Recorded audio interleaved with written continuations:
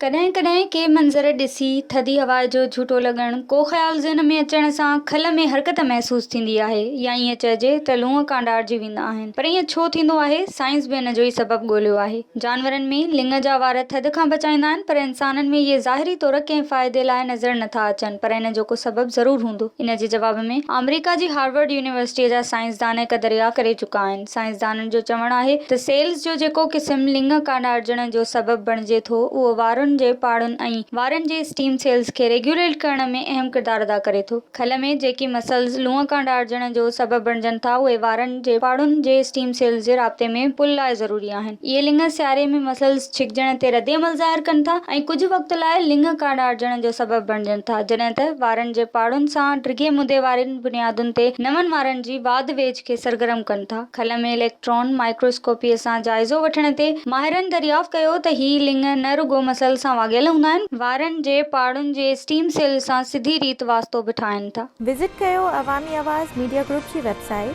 awamiawaz.pk